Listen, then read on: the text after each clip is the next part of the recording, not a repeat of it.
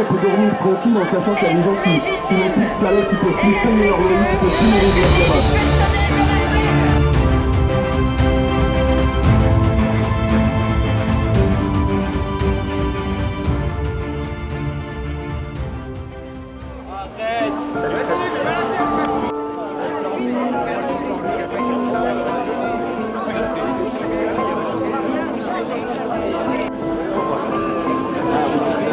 savait pas si on est là. À 9h, ils étaient à 9h, ils étaient à l'hôtel au-dessus, ils ont arrêté une bagnole.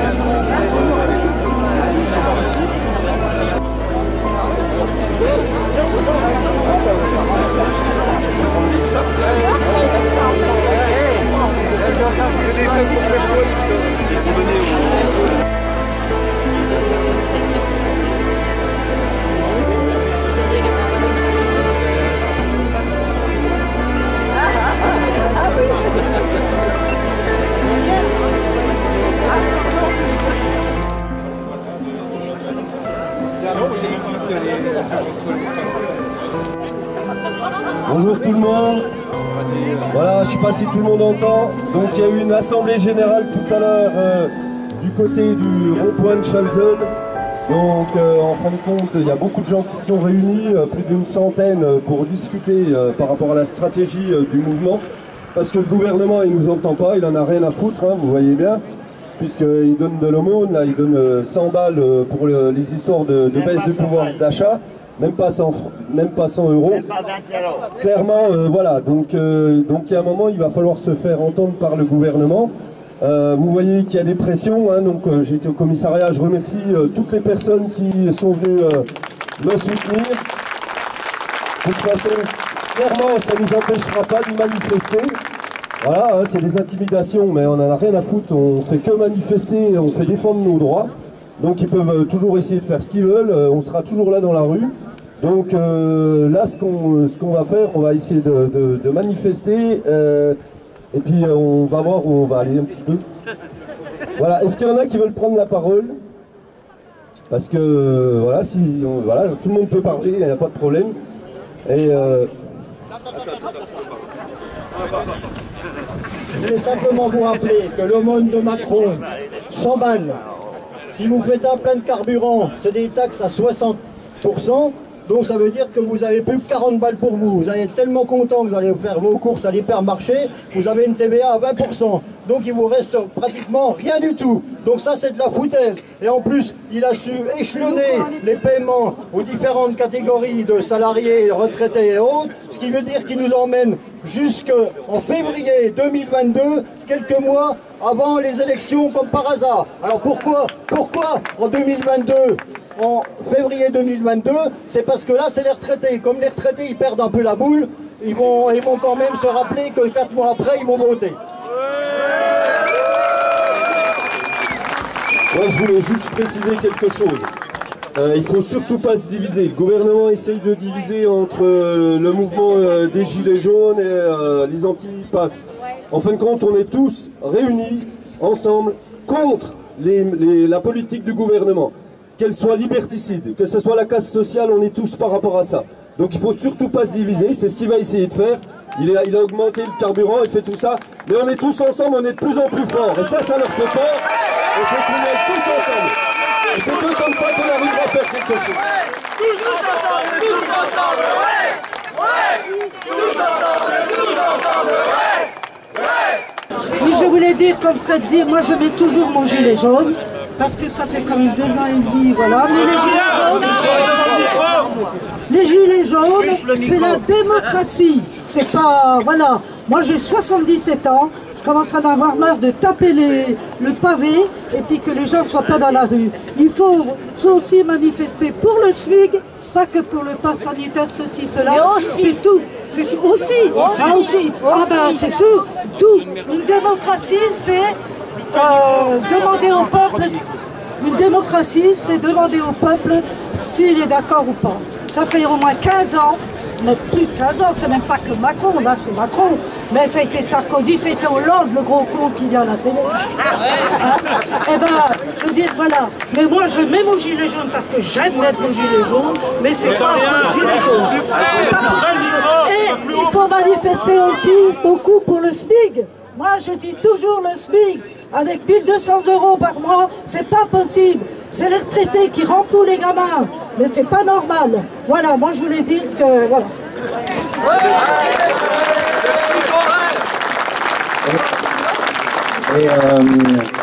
Et ce qui nous réunit en fait, c'est une profonde haine contre ce système liberticide, antisocial, anti-pauvre. C'est ça qui nous réunit, et depuis longtemps, depuis très longtemps. Et je voudrais faire référence à ce qui est en train de se passer aux États-Unis. Parce qu'aux États-Unis, il y a quelque chose dont vous n'entendrez jamais parler à la télé ou à la radio, mais pourtant, il y a une grève larvée de plusieurs millions de personnes qui quittent leur boulot,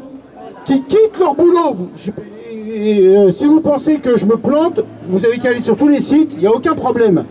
Ils quittent leur boulot par centaines de milliers, par millions, parce qu'ils sont mal payés, parce qu'ils sont traités comme des esclaves. Alors si ça vous rappelle pas quelque chose, je pense que ça vous rappelle quelque chose. Et pourquoi ils le font de cette façon-là? Et parce que les syndicats, soit se sont effondrés, soit sont vendus. Soit les deux. Soit les deux.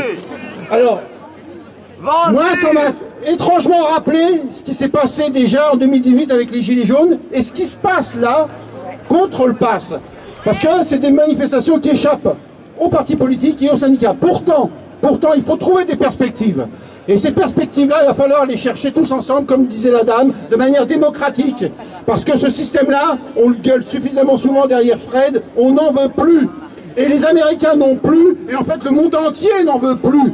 Donc on est légitime à manifester, et on s'inscrit dans un mouvement mondial.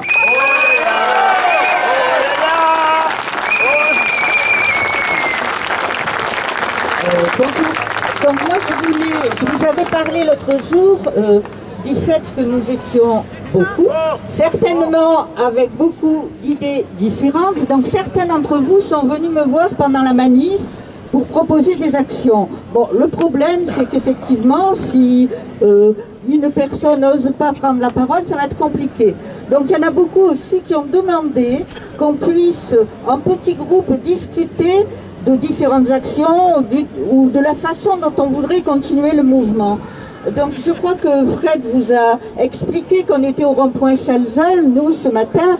Donc l'idée du rond-point, c'est pas seulement d'être là et de montrer qu'on est là, mais c'est aussi de pouvoir ensemble, en petits groupes, discuter de tous ces problèmes-là et évoquer des possibilités d'action ensemble. Donc voilà, moi je vous incite à pouvoir participer avec nous à ces AG citoyennes, de manière à ce qu'ensemble on puisse aller plus loin, parce qu'effectivement on a envie de lutter, nous ça fait 3 ans qu'on lutte, mais maintenant qu'on est quand même beaucoup, tous ensemble, on peut arriver à trouver des moyens de faire bouger, si ce n'est bouger le gouvernement. Voilà.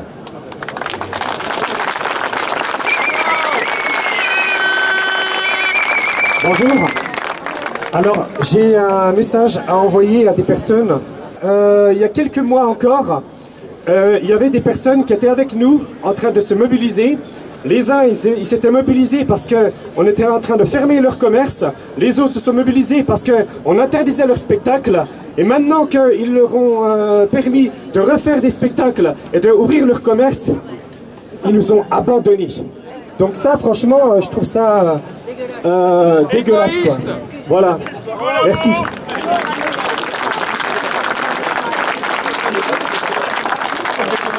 Voilà, il y a notre camarade Brigitte qui a toujours été là dans le mouvement des Gilets jaunes par rapport aux antipasses et tout ça, qui combat les politiques de Macron. Elle va vous expliquer sa situation.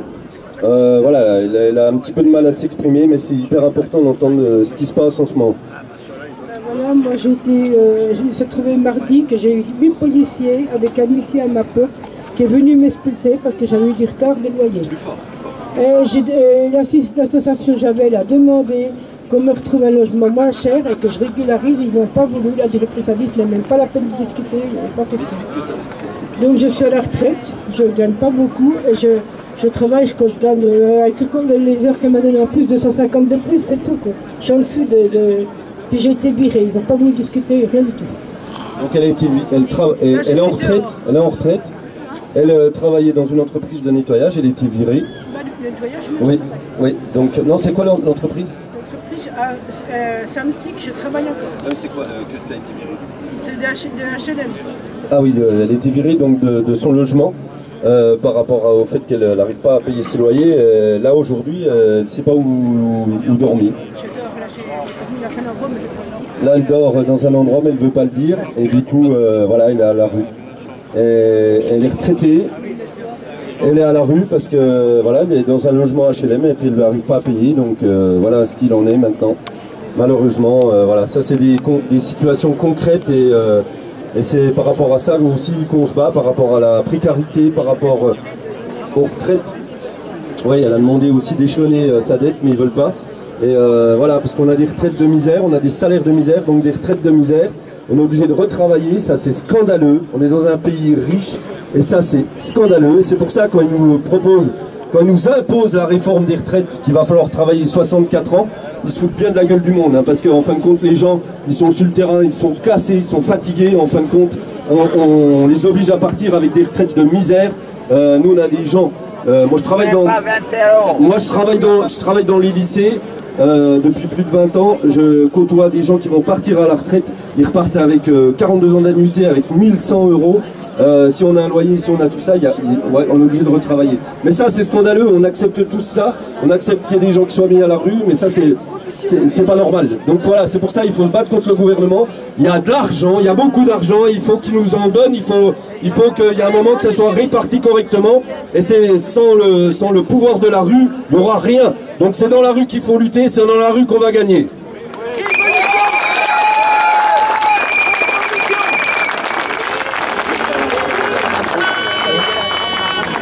On a parlé de l'avenir, des actions à faire. De mon côté, je serais très surpris de l'absence de réaction à la suite du discours du 12 juillet, ensuite à la suite du décret du 5 août, et puis ensuite la rentrée scolaire où il n'y a pas eu de réaction des parents, et ensuite le 15 septembre où il y a eu nombre de personnes qui ont été licenciées, qui ont été suspendues de leurs fonctions, avec interdiction de chercher du travail ailleurs. Et actuellement, on est dans une situation un petit peu de désespérance, mais je pense qu'il faut que vous ouvriez à l'idée qu'il va y avoir de plus en plus de gens qui vont venir spontanément grossir le mouvement. Pourquoi? Parce que la politique, la stratégie dite vaccinale, ce n'est pas un vaccin, a bien marché.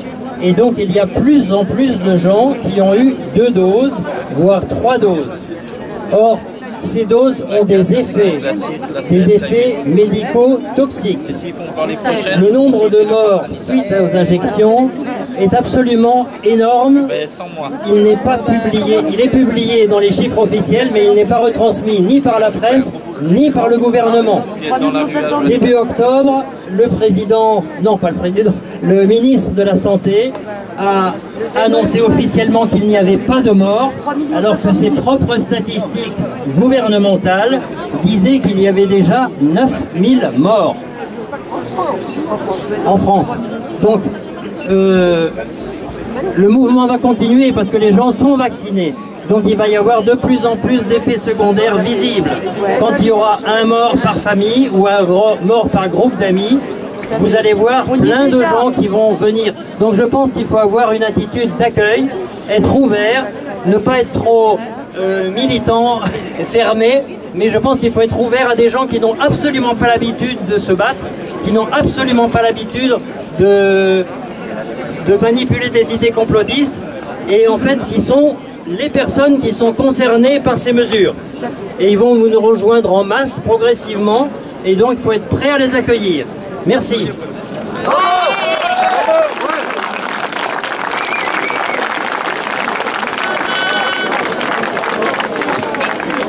S'il vous plaît, Si vous voulez que je vous compte, il faudra vous retirer de la voie du tram parce que moi je dois prendre le tram pour remonter au rond-point de Charles.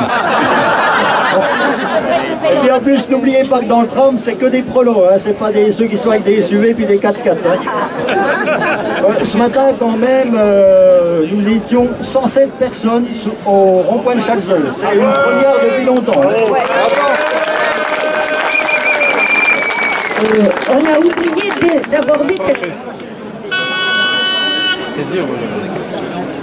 a oublié d'aborder quelque chose d'important. Je ne sais pas si vous avez vu, mais le secret médical a été enlevé pour les enfants dans les écoles, les collèges et les lycées. Donc c'est quand même extrêmement grave, parce que jusqu'où on va aller après pour d'autres maladies, on va enlever le secret médical pour les employeurs, pour les policiers, pour la justice, et où on va comme ça. Là c'est un problème aussi de liberté individuelle. Je ne comprends pas que plus de médecins ne réagissent pas à cette action du gouvernement. C'est une honte pour nos enfants, et bientôt ça va être la même chose pour nous.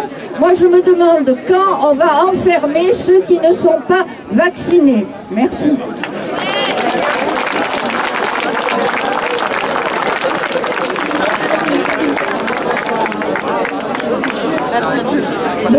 Moi, je voudrais juste évoquer l'aumône de notre président.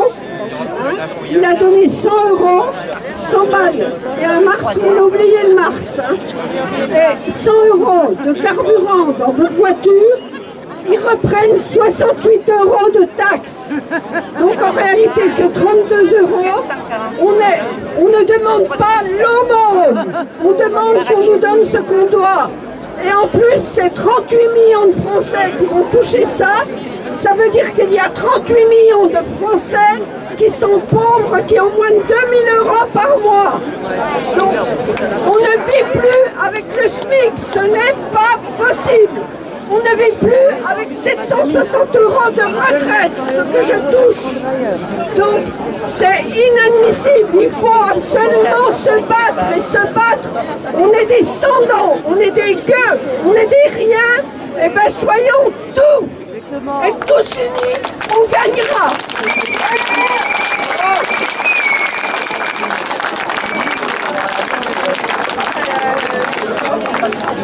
Bonjour à tous. Alors, soi-disant, on est en état d'urgence sanitaire. C'est bien pratique pour le gouvernement. Mais je vous invite à faire un petit calcul. On est chaque samedi 1000, 2000, voire 3000. Donc si vraiment il y avait une pandémie, eh bien il devrait y avoir chaque samedi 10, 20, 30% de personnes contaminées. Or, moi je suis là, retraitée, 70 ans, pas de masque. Eh bien je suis pas contaminée, mais je suis heureuse de vivre. Alors, ce qu'il faut vraiment constater, c'est que nous ne sommes plus dans un état de droit. Exactement. Nos droits sont terminés et ce n'est pas fini. Est-ce que vous savez qu'il y a un peu plus de 2 ans, notre gouvernement a investi dans 600 drones ultra performants et les impôts commencent à les utiliser, en particulier chez les personnes qui se sont payées une maison ou qui sont en location de maison d'ailleurs. Donc ça y est, les impôts commencent à utiliser les drones et les drones vont être vraiment utilisés pour nous surveiller en règle générale. Alors, dans les grandes idées de Macron, parce que quand Macron réfléchit, c'est pas bon pour vous, c'est pas bon pour moi, mais c'est pas bon pour nous. Alors en ce moment, il est en train de cogiter sérieusement et il est en train de penser à créer une milice civile bénévole. Qu'est-ce que ça veut dire? Eh bien, ça veut dire que si votre voisin, si votre oncle, si votre tante, eh bien, il vous en veut pour quoi que ce soit, et vous avez dit que vous n'étiez pas d'accord avec les décisions de Macron, eh bien, on vous fera parler un petit peu, Et la personne qui vous en veut, elle ira officiellement vous dénoncer. Et voilà, milice civile bénévole. Et par contre, autre chose qui a déjà été mis en place, c'est la commission de censure des réseaux sociaux. Et par contre, ça, c'est pas des bénévoles qui travaillent. C'est des personnes qui sont officiellement payées par vous, par moi, par nous. Autre chose, là, il a été présenté au Parlement la possibilité de recourir au pass sanitaire jusqu'au 31 juillet 2022. Est-ce que vous savez quand même que nous avons 577 députés? Eh bien, ce jour-là, il y en avait 147 dans l'hémicycle. Et cette loi a été adoptée par 74 voix contre 73. Donc, pourquoi payons-nous les députés puisqu'ils ne sont pas là pour nous défendre? Voilà, eh bien, je crois que vraiment il faut se mobiliser. Je crois qu'il ne faut pas faire la guerre à tous ceux qui nous entourent et qui ne sont pas d'accord avec nous. Mais c'est important que chacun d'entre nous, nous soyons un agent d'influence, c'est-à-dire avec douceur, délicatesse, respect. Essayons d'ouvrir les yeux à ceux que nous aimons.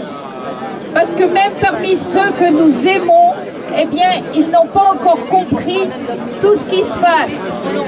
Alors, trop long. Ok, au revoir.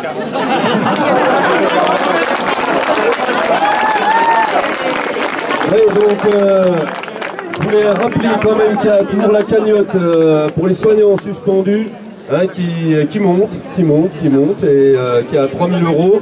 Et donc c'est sur papayousolidaire.com, il faut encore la faire remonter, il y en a qui en ont besoin, donc il ne faut pas hésiter. Et en assemblée générale ce matin, il a été décidé de venir soutenir, justement par rapport à la convergence des luttes, pour dire qu'on est tous ensemble, de venir soutenir ceux qui sont actuellement là-bas. Et donc, nous, où il y avait l'assemblée générale ce matin, et en fin de compte, vous aurez possibilité avec le tram de redescendre ici. Donc il n'y a pas de souci, vous inquiétez pas, vous pourrez redescendre sans souci ici. Voilà. Oui, oui, non mais nous on va y aller à pied, mais il y aura une possibilité de retourner ici. Voilà. Ok, ça marche? Bon. Voilà. Tous ensemble, ouais! Ouais! Tous ensemble, ouais! Ouais! Tous ensemble, ouais! Ouais! Alors, juste avant, il y a quelqu'un qui veut juste dire quelque chose de rapide. Vas-y. Bonjour à tous. Voilà, comme action, il faudrait proposer les paniers du cœur pour les personnels soignants qui sont suspendus. Il y en a déjà. Il y en a déjà qui sont suspendus. Et du coup, ils ne peuvent plus acheter, ils n'ont plus de sous. C'est pour ça que je demande qu'on fasse des dons pour qu'ils puissent avoir de la nourriture. Et là, aujourd'hui, j'ai ramené quelques sacs pour le personnel soignant. Alors, n'hésitez pas à vous servir. Voilà, merci. Donne plus de... Attends. Dis à quel endroit on peut donner... Ils sont ici. On peut faire la distribution pour le personnel soignant.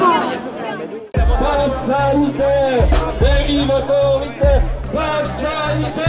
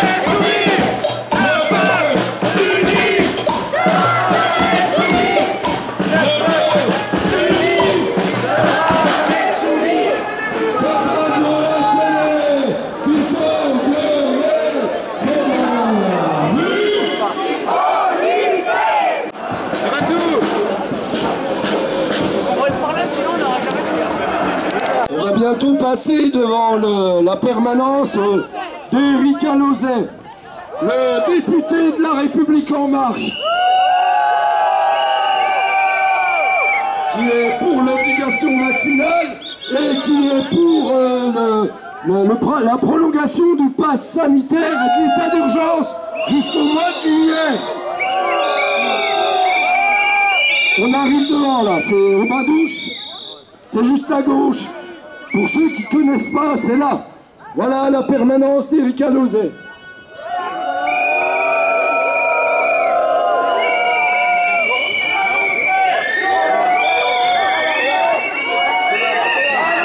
C'est là, c'est là. Macron, ton passe, on n'en veut pas. Macron, ton passe, on n'en veut pas. Macron, ton passe, on n'en veut pas. Macron, ton passe, on n'en veut pas. Macron, ton passe, on n'en veut pas.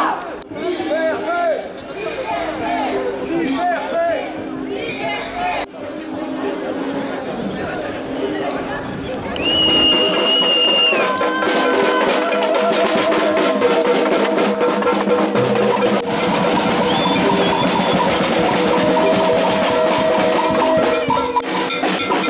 Pour défendre les salariés, pour défendre les retraités, pour défendre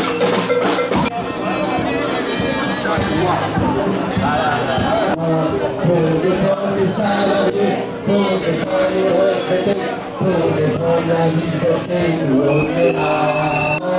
Pour défendre les salariés, pour défendre les retraités, pour défendre la liberté, nous on est là.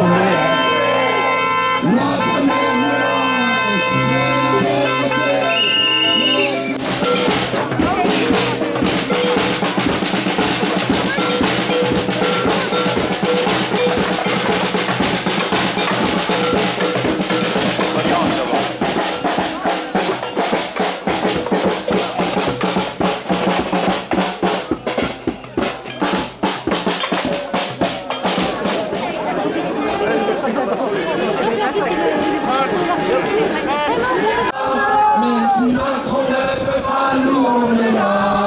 Pour défendre les salariés, pour défendre les retraités, pour défendre la liberté, nous on est là.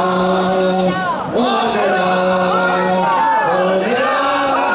Même si Macron ne veut pas, nous on est là. Pour défendre les salariés, pour défendre les retraités, pour défendre la liberté, nous on est là.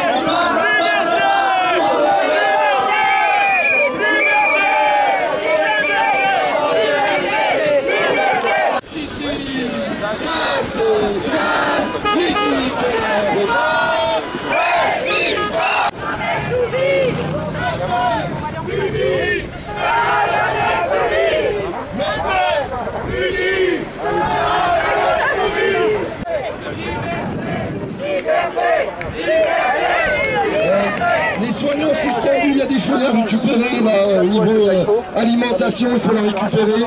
Voilà, il y a eu des collectes qui ont été faites pour vous, tous les gens qui sont suspendus, alors venez les chercher, il ne faut pas hésiter. Bravo les gilets jaunes, ils reviennent, bravo. Ouais. Bravo, bravo. On les soutenir. Avec nous les gilets jaunes. Comme ça, il y avait que qu'on va gagner. Unis, on est là. On lâche rien. On lâche rien. On lâche rien. On lâche rien.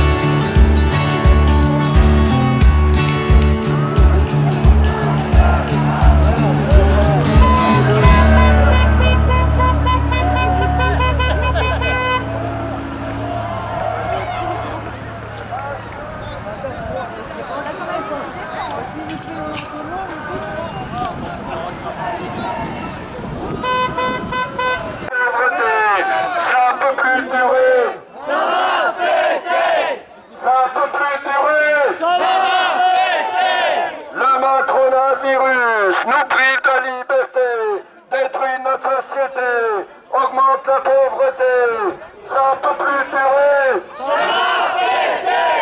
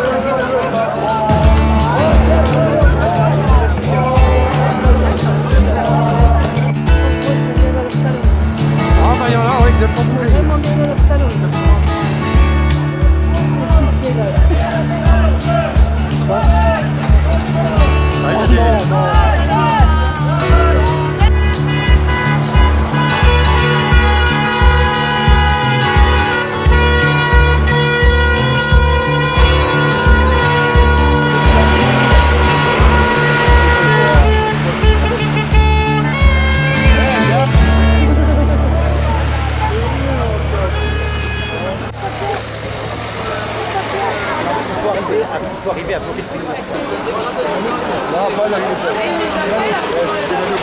Paris est parti légalement. On leur a dit au mois d'avril, à la télé, dans les journaux, de ne pas se découvrir un fil, que le printemps c'était pour bientôt. Les vieux principes du XVIe siècle et les vieilles traditions débiles, ils les appliquent tous à la lettre, ils font pitié ces imbéciles. Ils se souviennent au mois de mai, la santé pour la rouge et noire, une révolution tranquille, il faillit renverser l'histoire. Je me souviens surtout si Et voilà, donc s'il y en a qui veulent rester, qui restent là. Et voilà. Donc voilà, s'il y en a qui veulent rester, qui veulent prendre le rond-point plusieurs jours, qui restent là. Non mais voilà, après faut alors là, je voulais parler de choses qui m'ont vraiment fait très chaud au cœur à cette mobilisation d'aujourd'hui, parce que j'ai vu plusieurs drapeaux qui étaient unis. Tout à l'heure, il y avait des gens avec le drapeau français sur les ronds-points, et je tiens à montrer qu'il y a eu des jeunes de Clair-Soleil qui m'ont donné ce papier, Kickboxing. C'est un truc à Clair-Soleil pour faire de la boxe et puis du kickboxing. Ils ne mettent pas le pass sanitaire dans ce truc-là. Dans ce truc-là, ils ont prévu de ne pas mettre le pass sanitaire. Et donc, je suis très heureux parce que dans leur voiture, ils avaient le drapeau de l'Algérie. Moi, je suis allé discuter avec le gars. Je lui ai dit que entre votre drapeau de l'Algérie et l'autre que j'ai vu, il y avait un drapeau italien qui était là et il y avait le drapeau français. Je suis pour l'union des peuples. Je ne suis pas pour la guerre entre les peuples. Je suis pour l'union des peuples. Je veux que tous les peuples du monde s'unissent contre l'élite mondiale, contre Macron et tous les autres au niveau mondial.